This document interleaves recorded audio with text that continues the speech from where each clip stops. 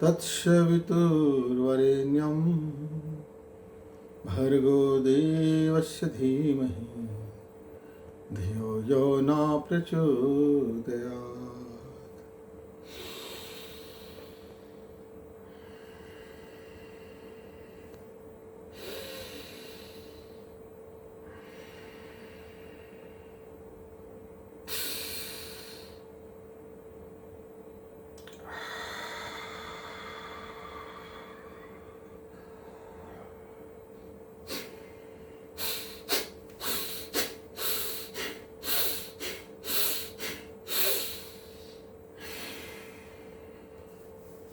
मित्रों नमस्कार, आप हैं बसंत गुरु जी के साथ।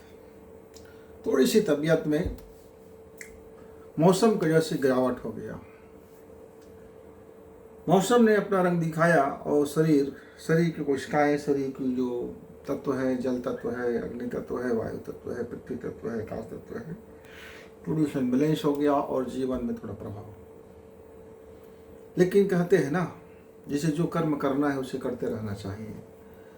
शरीर में सुख दुख, शीत ताप, लाभ हानि आते हैं जाते हैं। एक दिन लाभ आया है वो भी चला जाएगा, आज तकलीफ है वो भी चला जाएगा। मतलब यहाँ सारा कर्म से लेकर के भाग्य तक निरंतर चलते रहता है, स्थायी कुछ नहीं है। तो स्थायी कुछ नहीं है मित्र। तो यदि मेरे पास धन है तो मैं क्यों मान लेता हूँ कि धन मेरा स्थायी रहेगा। इस धन के कारण मेरा यदि कोई शोहरत है तो फिर मैं ये क्यों मानकर फूल जाता हूँ, कुप्पा हो जाता हूँ, अहंकार में भर जाता हूँ। मैं धनपति, मैं अरबपति, मैं करोड़पति, मैं ट्रिलियन वाला, मैं मिलियन वाला, मैं बिलियन वाला वगैरह। धन बचता नहीं है आसानी से। धन का सबसे बड़ा फायदा ये है कि आपके पास धन नहीं है तब भी आप बजाते रहेंगे गाल, और जब आपके पास धन आ गया तब भी आप बजाते रहेंगे गाल। जो मध्यम वर्ग के बीच के लोग होते हैं वो सोचते हैं कि हमको कब मौका मिलेगा अपना गाल बजाने का, ढोल तमाशा पीटने का। ऐसे ही जब खुशी में हम रहते हैं तो पता ही चलता समय का। हम भूल जाते हैं कि खुशी आया है तो चला जाएगा। सेहत में है तो हम भूल जाते हैं इस सेहत को बनाए रखने के लिए हमको, फिटनेस को बनाए रखने के लिए मेहनत करना पड़ेगा, संयम करना पड़ेगा, अनुशासित जीवन जीना पड़ेगा। ये जितने ताप है, दाब है, रसना है और सोना है, जागना है, निद्रा है, अनिद्रा है, सोच है, विचार है, चिंतन है, घटक, तमाम चीज़ों को मुझको बैलेंस करना पड़ेगा। हम परिवार में रहते हैं तो परिवार की वैल्यू को पता ही चल पाता, हमें महत्व ही नहीं लगता। परिवार, मम्मी कितना है मेरा, अच्छा अद्भुत, मैं महसूस ही नहीं होता। पिता के बारे में कुछ पता ही चलता, भाई है, बहन है, सब है। परिवार है तो बहुत बड़ा चीज़ है, लेकिन कोई वैल्यू पता नहीं चल पाता। हमें कोई प्रेम करते रहता है, घर में कितने लोग प्रेम करते रहते हैं, सबके सब प्रेम करते रहते हैं, लेकिन तब भी मालूम नहीं होता कोई प्रेम कर रहा है। जब प्रेम नहीं मिलता है तब मालूम होता है कि अरे हमें प्रेम की जरूरत है।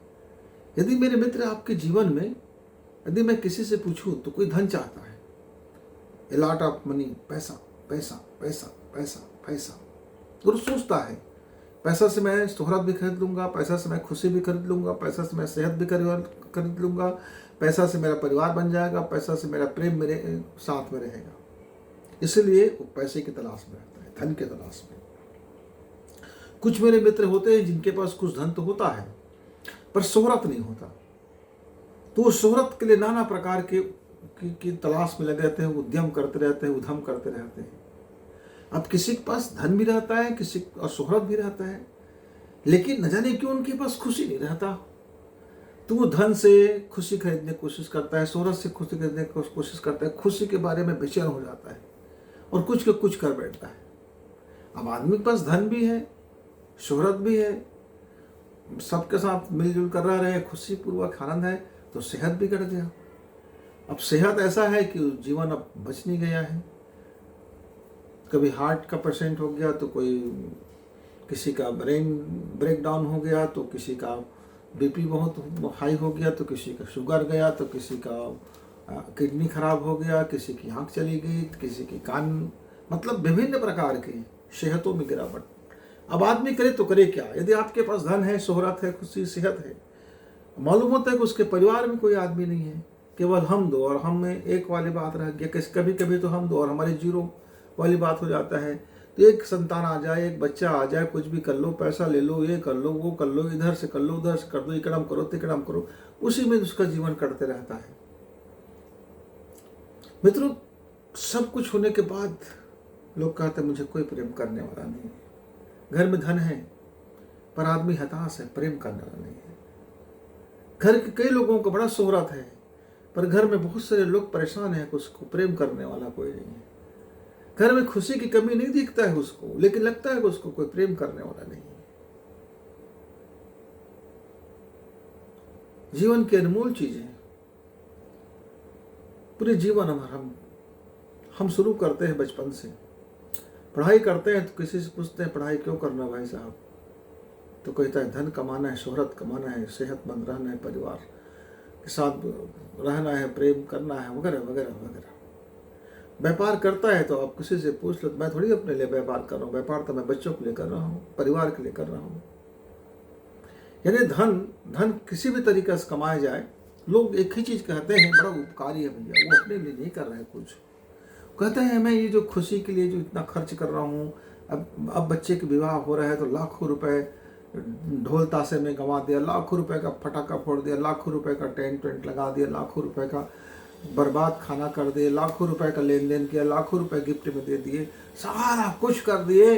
और जब पूछते हैं आपसे भैया आप इतना ताम झाम क्यों कर रहे हो, क्या आपके पास शोहरत की कमी? नहीं, बच्चों की खुशी के लिए है। और बच्चे जरा भी खुश नहीं है, खुद खुश नहीं है, पत्नी खुश नहीं है, परिवार में खुशी का बड़ा अभाव है। लेकिन कह रहे हैं मिस्टर हम जो कर रहे हैं बच्चों की खुशी के लिए कर रहे हैं। परिवार में कहीं कोई एकता दिखाई दे रहा है।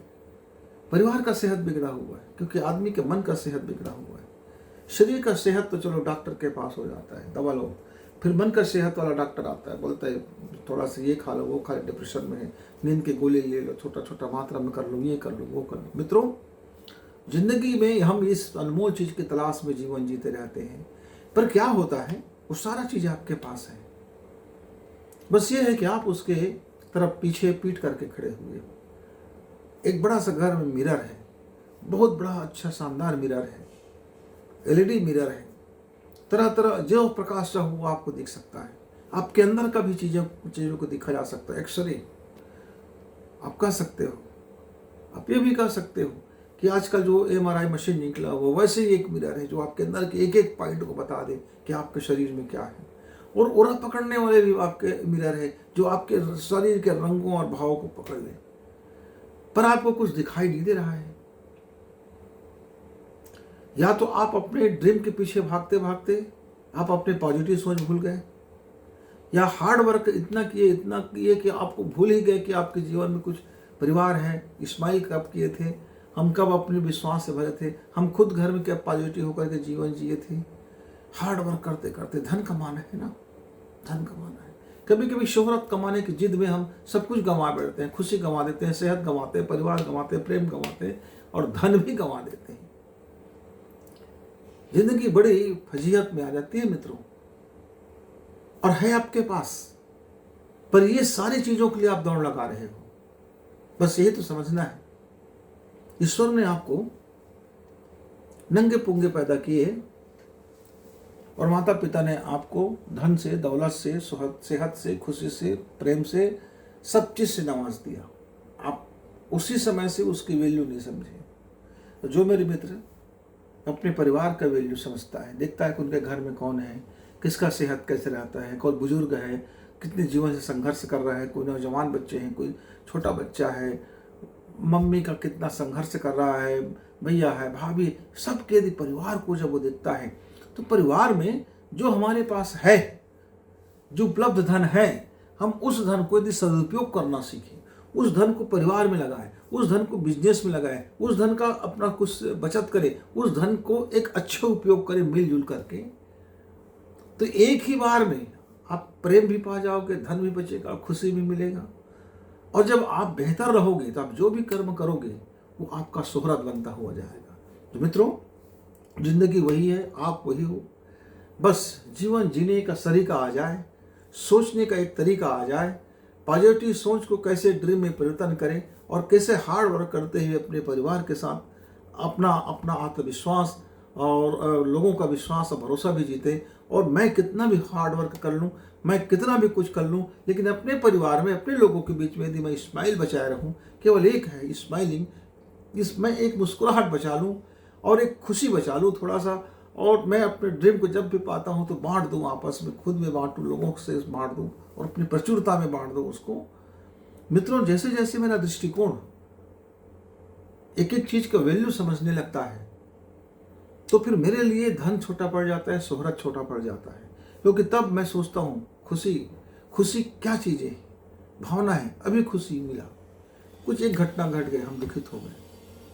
तो स्थायी खुशी तो धन में नहीं है मित्रों, जान लीजिए। बस वो एक उपक्रम कर सकता है, एक साधन दे सकता है, थोड़ी देर के लिए गुदगुदा सकता है, मूवी दिखा सकता है, अच्छे भोजन करा सकता है, आपको हवाई जहाज में उड़वा सकता है, आपके लिए जमीन जायदाद खरीद सकता है, आपके लिए सोने की पालना बिछा सकता है, आपके लिए खुशबूदार सारी महल को कर सकता है।